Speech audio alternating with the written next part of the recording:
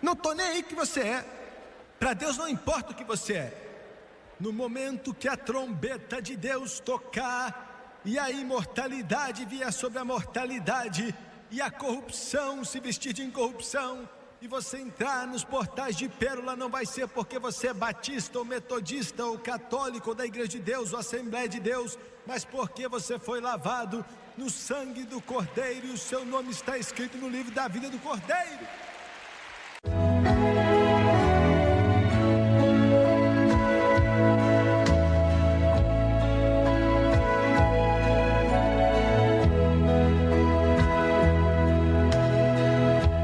A Bíblia, mas eu vejo que não existem palavras ou frases ou uma terminologia que esteja ali por acaso. Tudo nesse livro quer dizer algo. Quanto mais estudo, mais vejo isso. Quando Jesus disse as palavras: "E farei dele coluna no templo do meu Deus",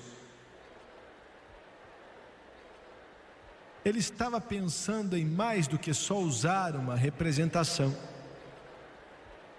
Essa é a única outra vez, fora uma outra referência que o apóstolo Paulo fez, que a palavra coluna é usada. Quando ele disse, ele estava se referindo a algo que eu espero poder demonstrar a você nessa noite, para mostrar do que ele estava falando. Eu espero que consiga fazer isso, e o que você deve se tornar, porque existe um adesivo que às vezes eu vejo atrás dos carros que diz: não somos perfeitos, somos perdoados. E tenha paciência, porque Deus ainda não terminou de tratar conosco. E basicamente, em uma terminologia moderna, resume o que estou dizendo. Ele diz que farei, que esculpirei, que ia moldar você na imagem do Filho de Deus, Jesus Cristo. Ele está transformando você em algo nessa noite, de acordo com o poder do Espírito Santo em sua vida. Muito bem. Quando Davi se tornou o rei de Israel, Israel era pouco mais do que um grupo, um bando de várias tribos que tinha tentado encontrar a sua identidade com Saul e tinham falhado.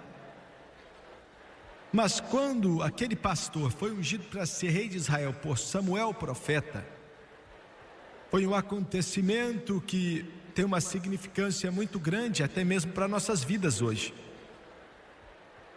Enquanto Davi, o doce salmista, o cantor de Israel, tem um termo que os judeus usam e nós não entendemos bem ou usamos muito em nossa terminologia. Ele era chamado de querido de Israel, Davi. A Bíblia nos diz que depois que ele solidificou o seu reino,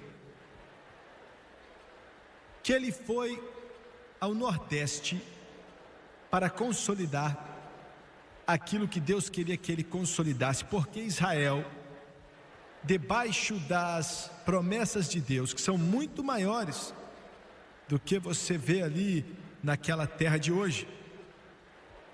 E eu escutei o presidente Reagan, enquanto ele mencionou o plano que ele diz que tem para criar uma terra para os palestinos, e Deus sabe que todos são amados pelo Senhor, seja quem for. Mas aquela Cisjordânia que está em questão, eu respeito muito o julgamento do nosso presidente, mas é um plano que vai falhar e não vai dar certo, porque a Cisjordânia pertence a Israel. Tem muita coisa de Moisés, de Jacó, muita coisa desse livro aqui, naquela área. Davi foi ao Nordeste, para as margens do Eufrates, para a terra de Zoba, que era governada por um rei ímpio chamado Hadad-Ezer. É algo maravilhoso. Eu estava viajando outro dia às margens do norte de Israel e tínhamos acabado de voltar de Beirute, bem no meio do verão e em meio a várias bombas e tiros e canhões e armas, tanques de guerra, uma confusão. E estavam mencionando nomes de um homem que é bem conhecido naquela parte do mundo, né? Ele tem o mesmo nome que eu mencionei nessa noite, Hadad-Ezer. Agora o nome Hadad-Ezer não era bem o nome que a mãe dele deu a ele quando nasceu. O nome Hadad-Ezer era um título como Faraó, César. E quer dizer meu ajudador. E quando você chega ao significado dessa raiz, a raiz desse nome quer dizer meu ajudador demoníaco. Alguns daqueles reis ímpios eram muito ricos. E Davi foi até lá, invadiu aquela terra de Zoba, nas margens do rio Eufrates. Satanás permite que você, se for de acordo com o propósito dele, interessante que você muitas vezes seja abençoado financeiramente, para te atrair à vontade dele e te enganar, e para te fazer sentir que esse é o caminho, para que possa matar você com suas garras. Quero que você escute algo que tenho para dizer aqui. Existem pessoas que nunca ouviram o Evangelho de Jesus Cristo, estão em uma categoria diferente. Não quer dizer que eles serão salvos, por favor me entenda. Mas se eles nunca ouviram o Evangelho de Jesus Cristo, estão em uma categoria diferente de você que já ouviu. Muitos de vocês que me assistem pela televisão nos dizem através dos sistemas que temos a maior audiência da nação e do mundo. Muitos de vocês, eu recebo suas cartas. Para cada carta que recebemos, 1000 pessoas nunca escrevem, mas se encaixam na mesma categoria. E você ouviu o Evangelho. Você está aí na sua sala ou no seu quarto, onde quer que seja. Você já viu esse pregador e talvez você tenha assistido no princípio para zombar ou fazer piadas e às vezes de curiosidade. Mas você não dá risada há muito tempo, pelo menos se você tem bom senso desse Evangelho. Porque é o poder de Deus para a salvação. Você ainda pode ir para os mesmos lugares e usar as mesmas palavras sujas, talvez fazendo as mesmas coisas, e talvez você pode continuar a rir e viver na iniquidade, na obscenidade e no pecado, mas você jamais vai ser o mesmo de novo, pois ouviu o Evangelho. Quero continuar falando disso. De alguma forma, de agora em diante, a cerveja não vai estar mais gostosa. De agora em diante, fumar maconha não vai ser algo mais empolgante. De agora em diante, as drogas não vão te dar a mesma onda e o sexo ilícito as mesmas alegrias. De alguma forma você é diferente, porque você ouviu o Evangelho da eternidade e o Evangelho da palavra de Deus, e você, gostando ou não, está marcado para toda a eternidade. Isso é fato, rapaz. Aleluia. Glória. Glória. Eu fico maravilhado, recebo muitas cartas de pessoas que dizem: irmão Suega, eu te odiava, literalmente te desprezava, não aguentava você. Eu olhava para você na televisão e eu balançava meu punho, porque teve uma época que eu e a minha esposa saímos para as boates e para a discoteca e para a boate, para os botecos, bebendo, dançando e celebrando, mas aí você acabava com tudo ali estava arruinado. Tem algo que aconteceu comigo, glória, aleluia, louvado seja Deus. O que você quer dizer? Estou dizendo que esse Evangelho de Jesus Cristo, ele tem o poder para chegar ao coração e à vida dos homens, e pode mudar o maior bêbado, pode mudar o maior apostador, o maior viciado em drogas, o maior pecador, pode mudar o homem mais rico, pode mudar a pessoa, não importa quem ela seja, se aceitar a Jesus. E Ele vai te mudar para melhor. Aleluia! Louvado seja Deus! Oh glória! Olha, em um culto, chamamos o pessoal para o altar e vi um homem chegando. Eu sabia que aquele homem tinha passado por poucas e boas. Sabia que sim, muita gente veio naquela noite. Estávamos em um auditório lá em Ohio. E eu sabia que ele tinha passado umas boas. Dava para olhar para ele e saber. Passou dias difíceis. Depois do culto descobri que ele estava com a máfia. Descobri que ele era assassino. Descobri que ele tinha tentado assassinar pessoas. Descobri que ele era aquele homem que puxava o gatilho, cara durão. Mas em meio àquele assassinato, aquele ódio, aqueles poderes demoníacos, ele se cansou de tudo e naquela noite decidiu aceitar Jesus. Nunca mais falaram dele. E mencionei isso na televisão mais ou menos 4 ou 5 anos depois, alguns meses atrás, recebi uma carta dele. Ele falou: irmão Swagger, eu vi o programa. Ele diz: tentaram me matar quando eu virei as costas para o mundo e aceitei a Jesus. E ele disse: eu que tinha ajudado a matar pessoas, queriam me matar, mas de alguma forma o Deus da misericórdia teve misericórdia e agora sou cheio do Espírito Santo, estou vivendo para Jesus. Oh glória, aleluia, aleluia. Eu me assentei atrás da minha mesa e chorei e bradei e disse: diabo, você está vendo? Vale a pena. Esse evangelho muda a vida de homens. E eu não estou aqui para vencer um concurso de beleza. Não estou aqui para ficar contando historinha. Não estou aqui para ganhar um prêmio de personalidade. Estou aqui com uma espada. Eu não vim aqui com uma faquinha para descascar maçã. Eu vim para entrar no seu coração, para perfurar sua alma. Eu vim para te deixar miserável. Eu vim para te tocar, para te derrubar, se eu tiver que fazer isso, para que você saiba que o pecado vai te matar e Jesus Cristo vai te salvar, e só Ele pode salvar. Glória, aleluia.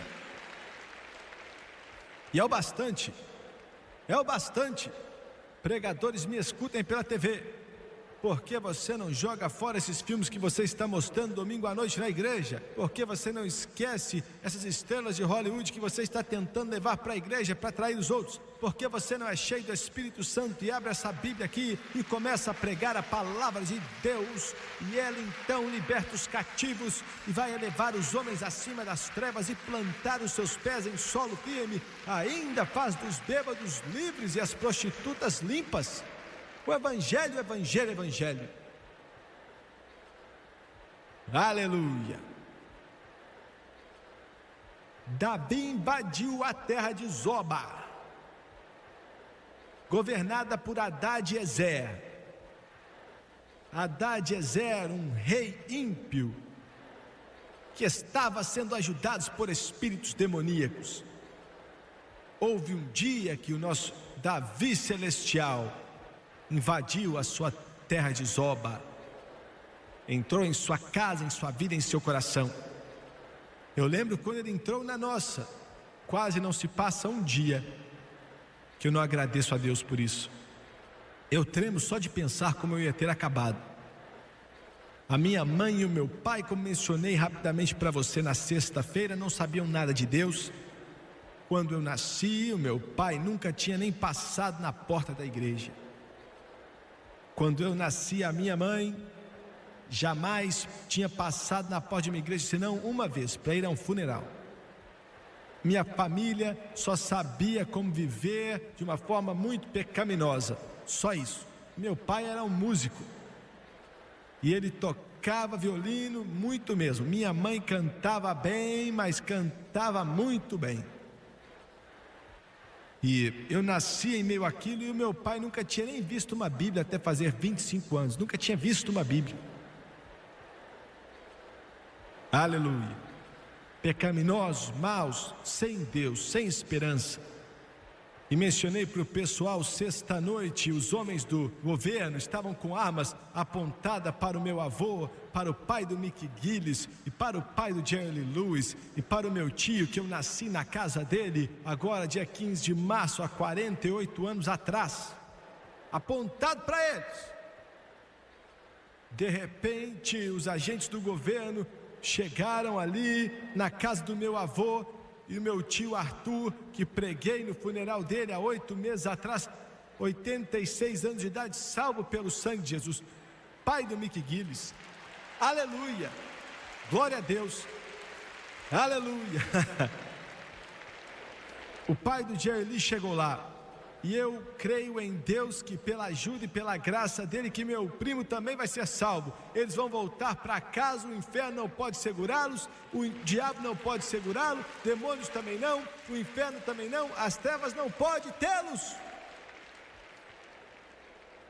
Eu sei do que eu estou falando. E com machados quebraram toda a ferramenta que eles estavam usando para fazer uísque. E apontou a espingarda para eles. E o meu pai, a minha mãe estava grávida de 8 meses e meio comigo, alguns dias antes de eu nascer. O meu pai, com 19 anos de idade, estava de pé ali, tremendo. Meus tios foram para a cadeia, meu avô foi para a prisão. Aqueles agentes durões do governo, homens de LNS, olharam para minha mãe, depois viraram para o meu pai e falaram assim: eu não quero te mandar para a cadeia, sua esposa está para ter um filho, eu vou virar as costas por alguns segundos, e se eu virar de novo você vai para a cadeia. Meu pai podia ter devolvido todo o tempo para ele, tinha sumido já, sumido, e pronto, esse é o mundo, eu nasci assim. Um mundo de cão comendo cão, um mundo de cachaça, um mundo de jogatina, um mundo de brigas, um mundo de boates. Mas graças a Deus, o nosso Davi celestial, aleluia, oh glória, invadiu aquela terra de Zoba naquele dia e mudou a nossa vida, traçou um caminho de glória no coração do meu pai. E o coração dele foi transformado pelo Evangelho. Estou falando de um Evangelho que transforma. E não te pago nada por um Evangelho que não transforma. Vá para todas as igrejas, cumprimente todos os pregadores, fique religioso quanto quiser, mas até ser transformado e não receber o que aquele livro te fala, não vale nada. Glória, é sério. Estou falando sério. Mudar Haddad e Ezer.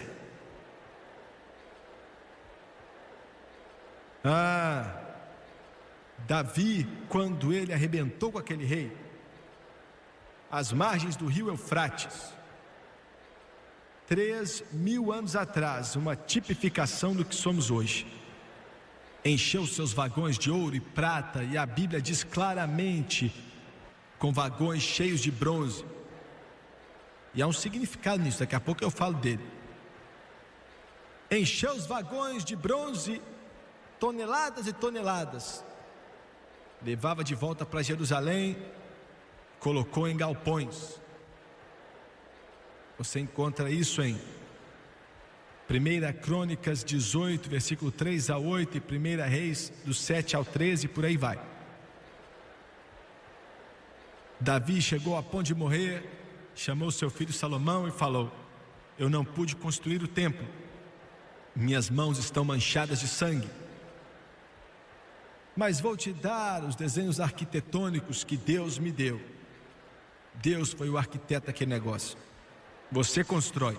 Agora Deus, ele tinha um plano para aquele templo, ele tem um plano para a sua vida aqui também, viu? Quero que você saiba disso. Todos vocês aqui que estão nesse lugar hoje, Deus tem um plano para a sua vida, um diagrama para ela. É assim que Deus trabalha, não importa quem você é. Sua mãe talvez tenha sido prostituta, o seu pai talvez tenha sido um bêbado. Talvez você está sentado aqui nessa noite dizendo: eu nasci com tudo contra mim e eu nunca tive uma oportunidade. Jovem, menino ou menina, se você realmente se conectar com Jesus Cristo e der uma oportunidade a Deus em seu coração, Ele vai transformar você em algo.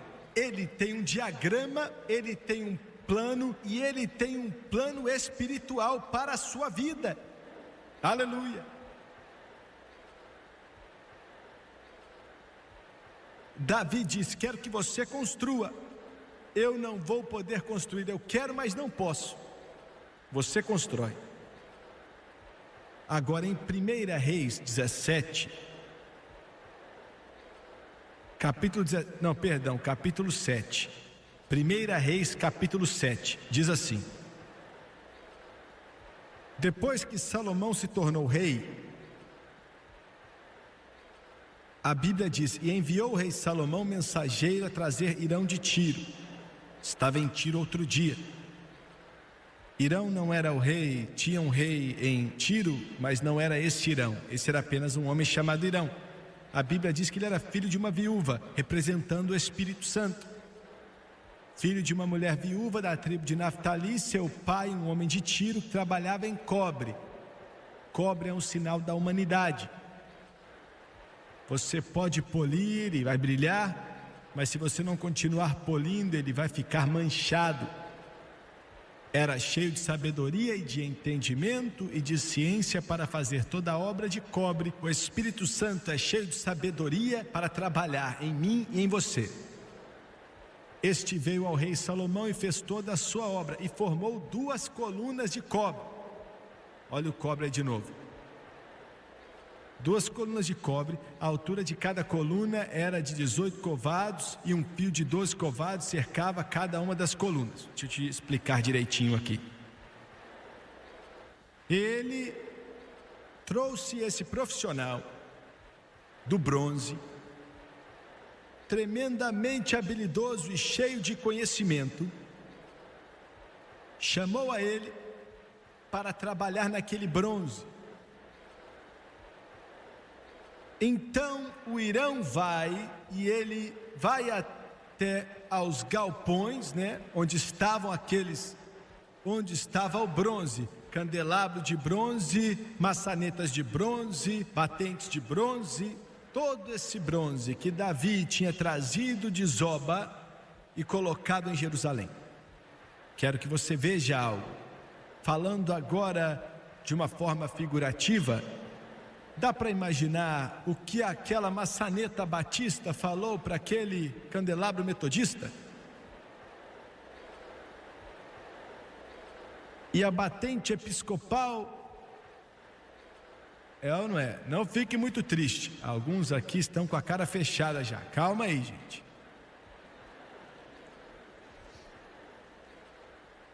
O que eles estão fazendo com a gente agora? Estamos salvos, estamos em Jerusalém, espiritualmente falando. O que estão fazendo com a gente agora? Eu sou uma maçaneta batista.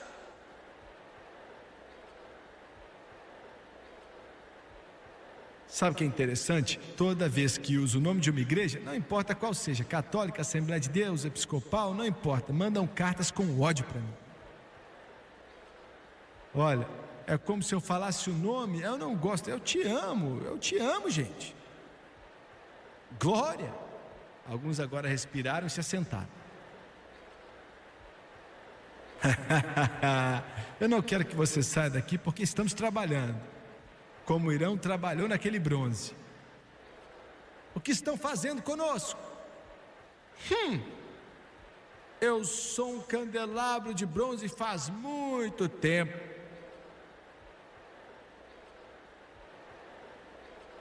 Hirão tira eles dali, tira dali, e a Bíblia diz que ele cavou uma vala, como se fosse uma trincheira. E é isso que tem que acontecer com você como cristão. Ser salvo é só o começo. Pegar um peixe é uma coisa, limpar é outra coisa.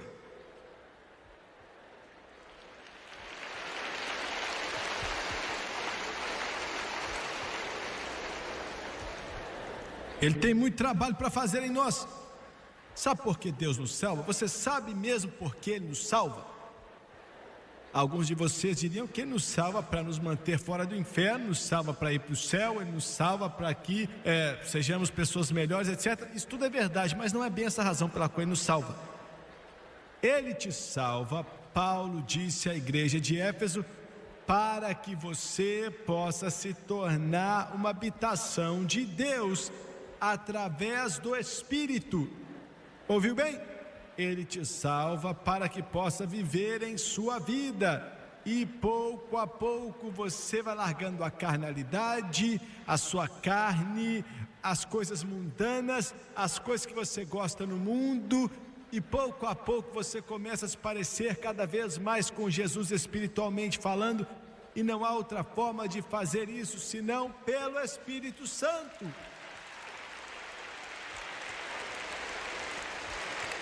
Uma habitação de Deus através do Espírito.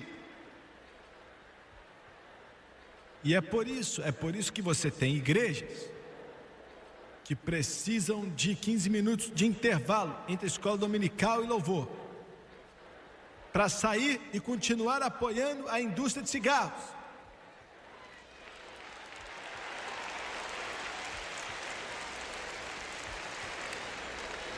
É ou não é? Estou certo ou não?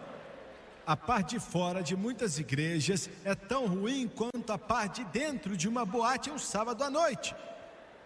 É uma vergonha, é uma desgraça. Sabe por quê? Você ainda está no mundo. Somente o Espírito Santo pode te transformar no que você deve ser, e Ele tem um problema com você. Alguns cristãos são como aquele garotinho que tinha um cachorrinho velho e magro, um cachorro feio, muito peludo. O rapaz estava esperando o ônibus vir e falou: ô menino, esse cachorro é seu? É. Você gosta dele? Gosto. Que tipo de cão ele é? Ele é um cão policial. Ele falou: esse cachorro aí, magrinho e feio desse jeito, não é cão policial não, você tem certeza? Tenho. Ele é agente secreto.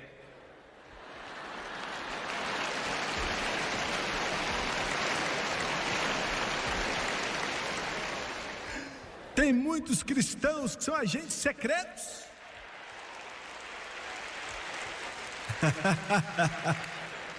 Não dá para saber quando você olha para eles, estando perto deles, que são cristãos. Se você pudesse entender, viver para Deus é mais do que memorizar um versículo, ir para a igreja domingo de manhã, jogar uma esmola no gasofilácio e colocar seu nome na lista de uma igreja e falar que é cristão. Viver para Deus é glória e graça em Jesus Cristo, se tornando mais e mais como Jesus, mais e mais pensar no céu, mais e mais até que o Espírito vive em seu coração.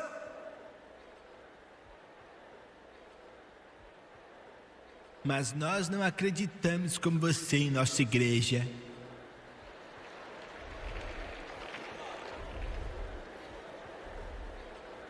Bem, ouvi de um cavalo que morreu de sede quando estava dentro da água, mas ele não acreditava em água. O Espírito Santo não é uma denominação. O Espírito Santo não é uma Assembleia de Deus, ou batista, ou da Igreja de Deus, ou um Espírito Santo da Metodista, ou um Espírito Santo católico, ou um Espírito Santo da Quadrangular, ou pentecostal, ou seja como for, de onde for. Ele é Deus, e Ele não se importa com placas de denominações. Ele quer encher a sua vida, encher seu coração, encher a sua alma e encher o seu espírito. Sabe por quê? Porque Irão cavou aquela trincheira e colocou todas aquelas maçanetas, candelabros, batentes e tudo que era de bronze ali, no mesmo lugar. Depois de acender um fogo, a Bíblia diz claramente, com foles. Antigamente eles não tinham eletricidade, né? E tinham que apertar aquilo. E aí o sopro batia no fogo, e então fica aquecendo cada vez mais. Lembra quando João disse que ele te batizaria com o Espírito Santo e com fogo, fogo, fogo. De repente, aquela maçaneta começou a ficar quente. E pouco a pouco, toda aquela obra, denominações, né, que estavam ali estabelecidas do mesmo jeito por vários anos, começaram a derreter. De repente, aquele candelabro que era tão bonito, né, em sua religiosidade, foi ficando cada vez mais quente e começou a derreter. Você está me entendendo? Você está começando a entender o que eu quero dizer? Está te perturbando, não é? Você pela televisão está até aí distorcendo a sua cadeira. Até que finalmente todos aqueles pedaços de bronze se uniam. Sabe o que Deus está querendo que você faça? Sabe o que Ele quer fazer com você? Ele está...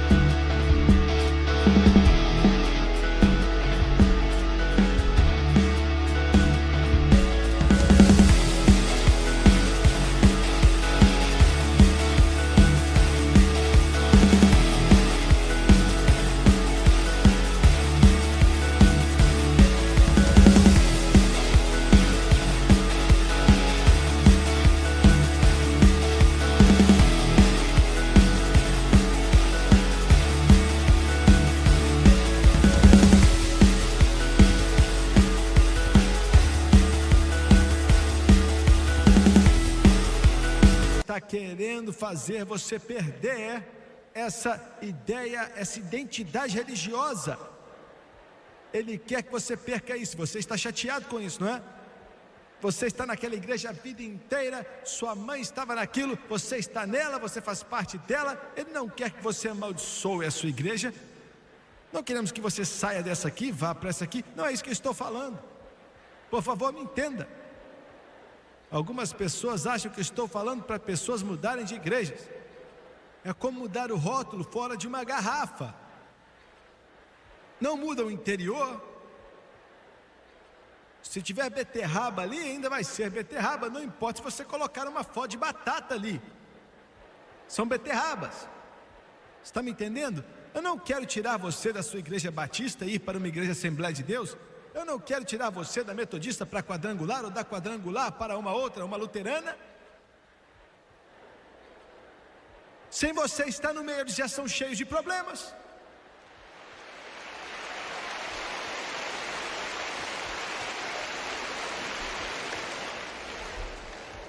Estou tentando te mostrar algo que você precisa entender. Você quer destruir a igreja? Não quero destruir igreja nenhuma.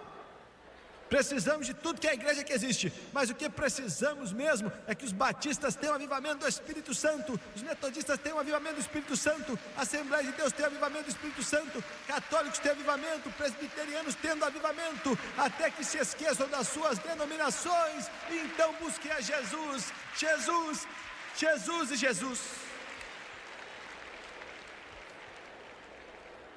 Você está entendendo?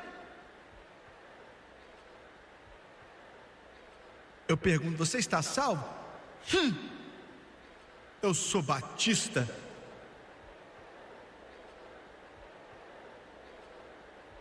E você está salvo? Eu sou presbiteriano. Cada um tem uma forma de dizer, já viu? Você está salvo? Eu sou da Assembleia de Deus. Ninguém fala mais Deus é Deus. Entendeu bem? Está me entendendo? Igreja de Deus não dá risada não, que eu estou chegando, hein? Você é salvo? Se eu sou salvo, sou da igreja de Deus.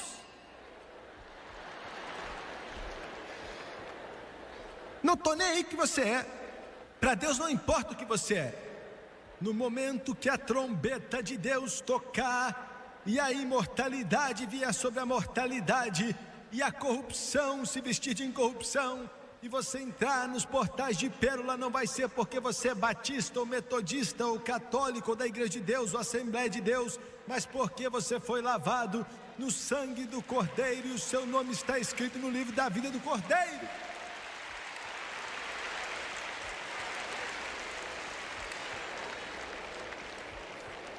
ele está tentando te fazer como Jesus. Então, quando eu te perguntar, ou alguém te perguntar se você está salvo, não vai ser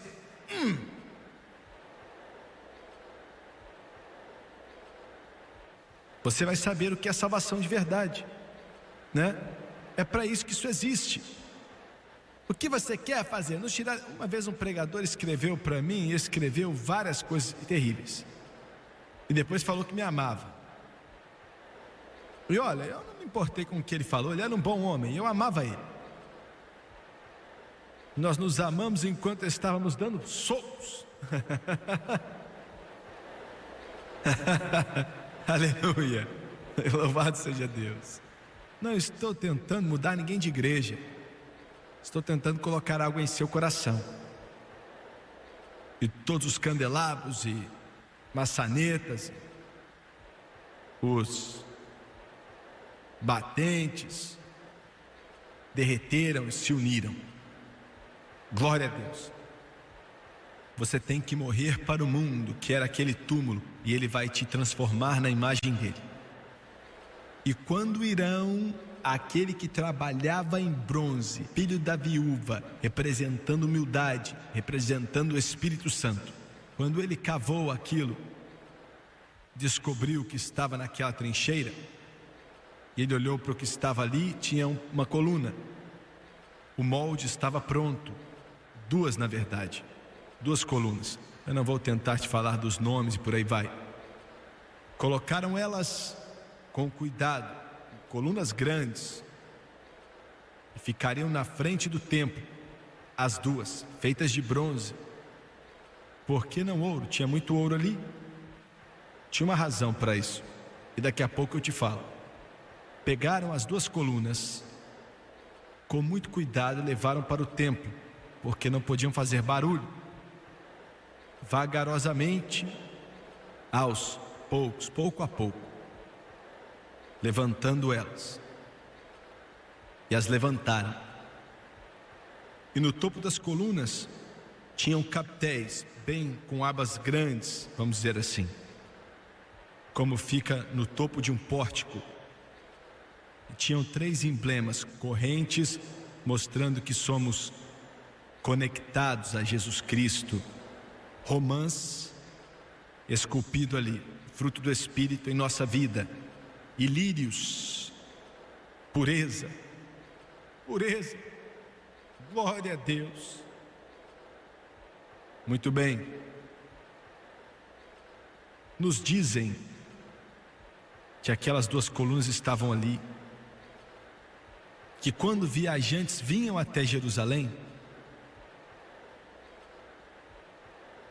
que muitas vezes se acampavam do lado de fora da cidade, pois a frente do templo estava virado para o leste. Se acampavam do lado de fora da cidade, próximo ao Monte das Oliveiras. E na manhã seguinte, antes do sol nascer, eles se levantavam, viajantes do mundo inteiro, peregrinos, por aí vai, e olhavam para o sol enquanto nascia em cima do Monte das Oliveiras, e os raios do sol batiam nas colunas de bronze polido, e dizem que era uma das vistas mais lindas que o homem podia conhecer. Enquanto aquele sol nascia e batia com tudo naquelas colunas, era como se a luz do sol multiplicasse por 10. Me escute. Nós não somos o centro ou a fonte da luz. Aquela luz vem do sol da justiça, e Ele quer que reluza em nós e reflita em um mundo que está em trevas. Entendeu bem? Está entendendo? Refletir era o que Ele estava tentando nos mostrar. Era disso que Jesus estava te falando. Farei de ti coluna no templo do meu Deus. Mais uma coisa antes de acabar.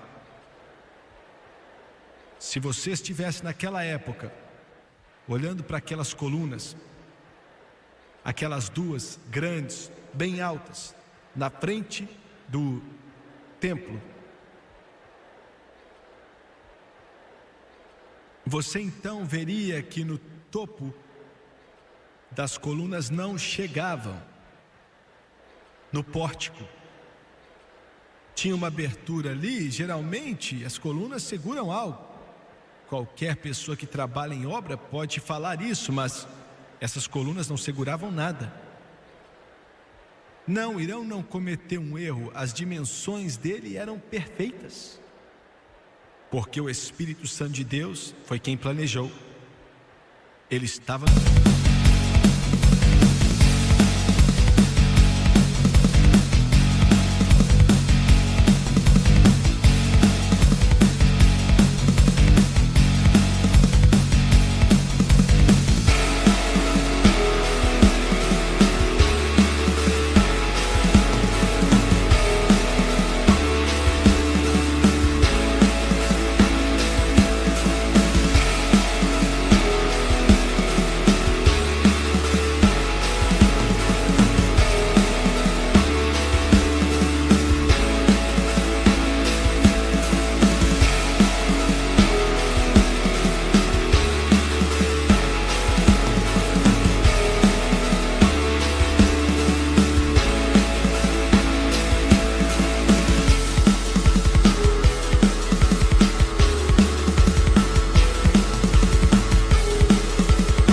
dizendo que assim como aquelas colunas não eram necessárias para elevar o templo, eu e você não somos necessários para elevar o reino de Deus. Aquelas colunas estavam ali somente para um propósito: enfeite. Estavam ali para enfeitar. Nós estamos aqui nessa noite não porque o céu precisa de nós. Ele nos salvou porque Ele nos ama e Ele nos eleva como joias para que sua luz possa refletir em nós e brilhar em um mundo que está em trevas. Era disso que Jesus estava falando quando disse: aquele que vencer, farei dele, vou fazer dele uma coluna no templo do meu Deus. Abaixe sua cabeça, por favor.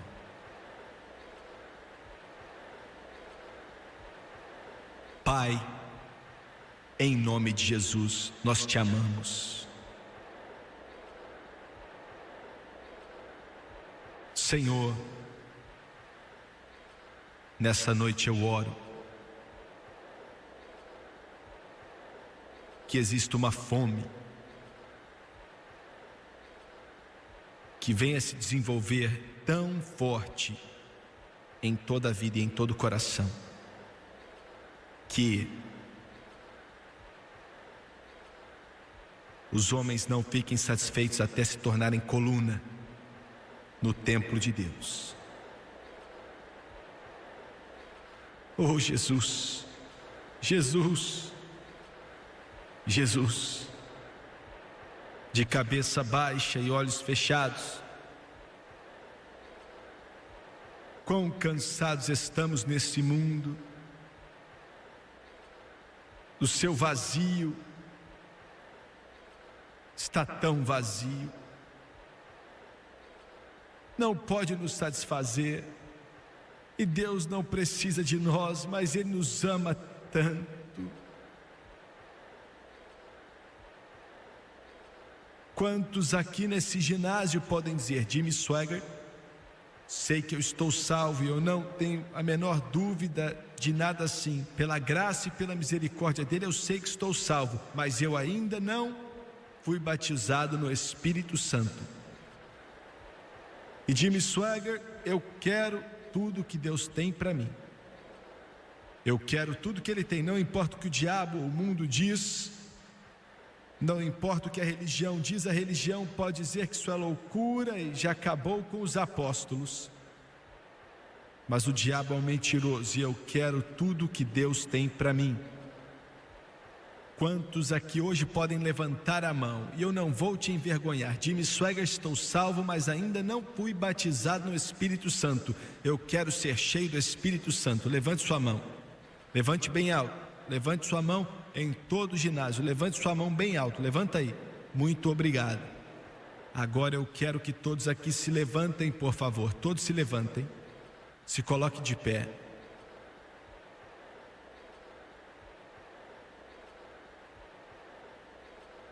Lá de cima, aqui dos lados, aqui na frente, no piso principal, em todos os lugares. Quero que você venha ficar de pé aqui. Lembre-se que não estamos aqui para dar um tapinha nas suas costas ou para gritar na sua orelha. Estamos aqui para que você seja cheio do Espírito Santo. Quero que você venha e fique de pé aqui. Por favor, pode cantar, Tomás.